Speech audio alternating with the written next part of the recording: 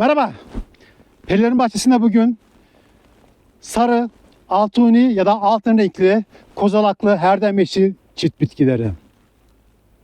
Sizlerle daha önce yeşil renkli ve mavi renkli herdem yeşil kozalaklı çift bitkiler hakkında videolar paylaşmıştım. Bugün sizlerle Akdeniz selvisi çeşitlerinden olan Cupressus sempervirens swanscold'un hakkında bilgiler paylaşacağım. Cupressus sempervirens swanscold'unu diğer selvi çeşitlerinden ayıran en temel özelliği altunu rengini yıl boyu koruyor olması. İlkbaharla birlikte parlak sarı pullu yaprakları oluşmaya başlar. Yazın bunu şartöz yeşili rengi takip eder ve kışın özellikle yeni sürgünler, şu görmüş olduğunuz üst kısmındaki yeni sürgünler tam pişmemiş olduğu için, olgunlaşmamış olduğu için, odunlaşmamış olduğu için bronz ve turuncu rengini alır. Ama genel olarak Cupressus sempervirens swanscold'un yıl boyu bu altunu rengini koruyan bir Akdeniz selvisi çeşididir. Diğer Akdeniz selvisi çeşidi olan totem selvi ile Swanscold'un ortak birçok özelliği vardır. Onun gibi dar, ince bir silüeti vardır. Ancak aralarındaki fark şudur. Swanscold'un kozalak üreten bir çeşittir. Küresel kozalakları olan bir çeşittir. Ancak Akdeniz selvisi çeşitlerinden olan totem selvi kozalak üretmez. Diğer çeşitlerin birçoğu kozalak üreten çeşitlerdir, Akdeniz selvisi çeşitleri. Ancak yalnızca totem selvide kozalak yoktur. Cupressus sempervirens swanscold'un 8 metre yüksekliğe 1,5 metre genişliğe kadar ulaşır. Toprak ve pH seçiciliği yoktur. Bir kez kurulduktan sonra kuraklığa dayanıklı bir bitkidir. Akdeniz selvi çeşitleri ince silüetleri, çok uzun olmaları ve dar formunu koruyor olması, kuraklığa dayanıklı olması ve çok uzun ömürlü olması aranılan çift bitkisi olmasına neden olmuştur. Dik sürgünleri kar yağışından olumsuz bir şekilde etkileniyor. 15 gün önce Perilerin Bahçesi içerisine 30 santimetre civarı kar yağdı. Yağan bu kar bu dalları görmüş olduğunuz gibi eğdi. Karın ağırlığından dallar bu şekilde eğiliyor. Bunu önlemenin iki yolu var. Birincisi mutlaka sonbaharda Akdeniz selvinizi makaslamanız gerekiyor. Budama ve kırpma işlemleri kesinlikle sonbaharda yapılacak. Şu görmüş olduğunuz sürgünleri sonbaharda kesmiş olsaydık bu eğilmeyecekti. Bakın şu sürgünlerin hepsinin kısaltılması gerekiyor, kesilmesi gerekiyor. Eğer kar yağan bir bölgedeyseniz, eğer makaslama işlemini yapmadıysanız şu an yapacağımız işlem bu Akdeniz selvisini alttan başlayarak spiral bir şekilde bir iple bağlamak. Ben bağlama ipiyle spiral bir şekilde Akdeniz selvimizi aşağıdan başlayarak bağlayacağım. Bu şekilde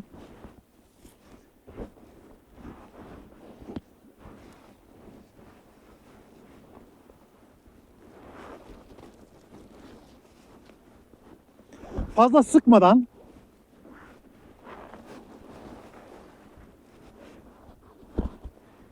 selvimizi bağlıyoruz.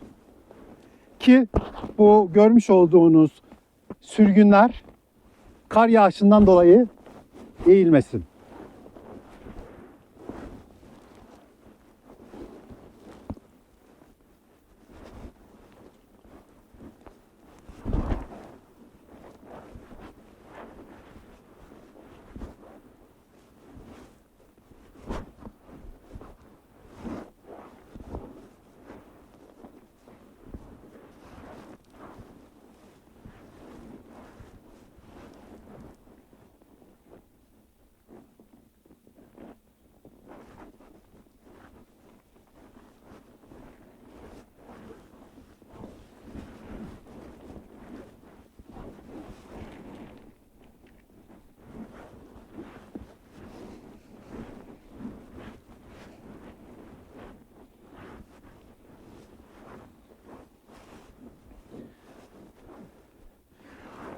Selviğimizi bu şekilde bağlama ipiyle bağladığımızda yağan kar bu dalları eğmeyecek.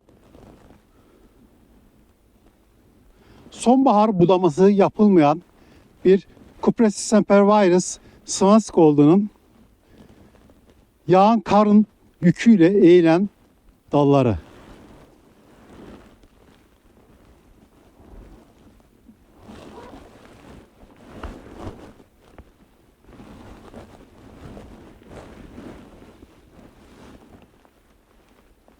Bu selviğimizde de yine aynı şey söz konusu. Bakın buradaki Akdeniz selviğimiz Cupressus sempervirus piramidal. Yağan karın ağırlığıyla aşağı sarkan dallarını görüyorsunuz. Çözümü gayet basit. Mutlaka sonbahar budaması ya da kırpması yapmak.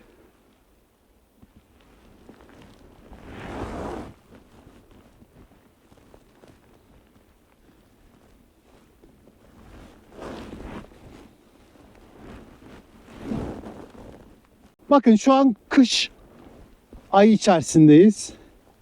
İlk karımız yağdı.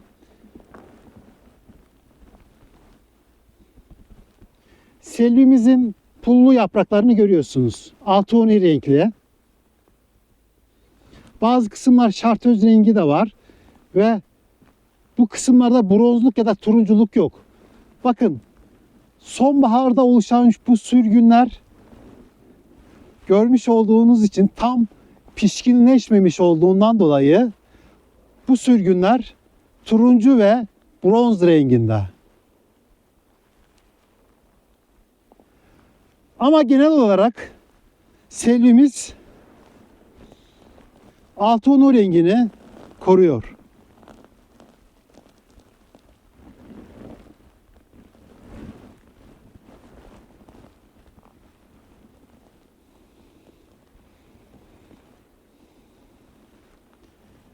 Cupressus sempervirus Swanscold'un daha çok çit dikiminden ziyade odak noktası oluşturma, ünlem işareti oluşturma gibi tekli dikimlerde çok daha başarılı.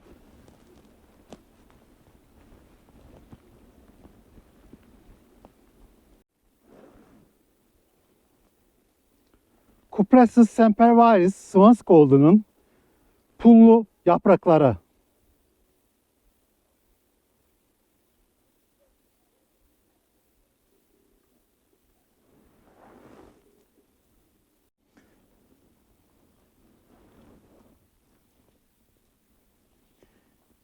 Cupressus sempervirus Swanscold'unun küresel kozalağı.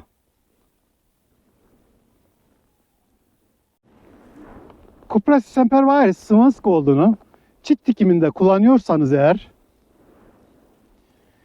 çit yüksekliği 3 metreye kadar, dikim aralığı 40 santimetre, çit yüksekliği 4 metre için 50 santimetre, çit yüksekliği 4 ile 6 metre için 80 santimetre, çit yüksekliği 6 ile 8 metre arası 90 santimetre dikim aralığı olmalıdır.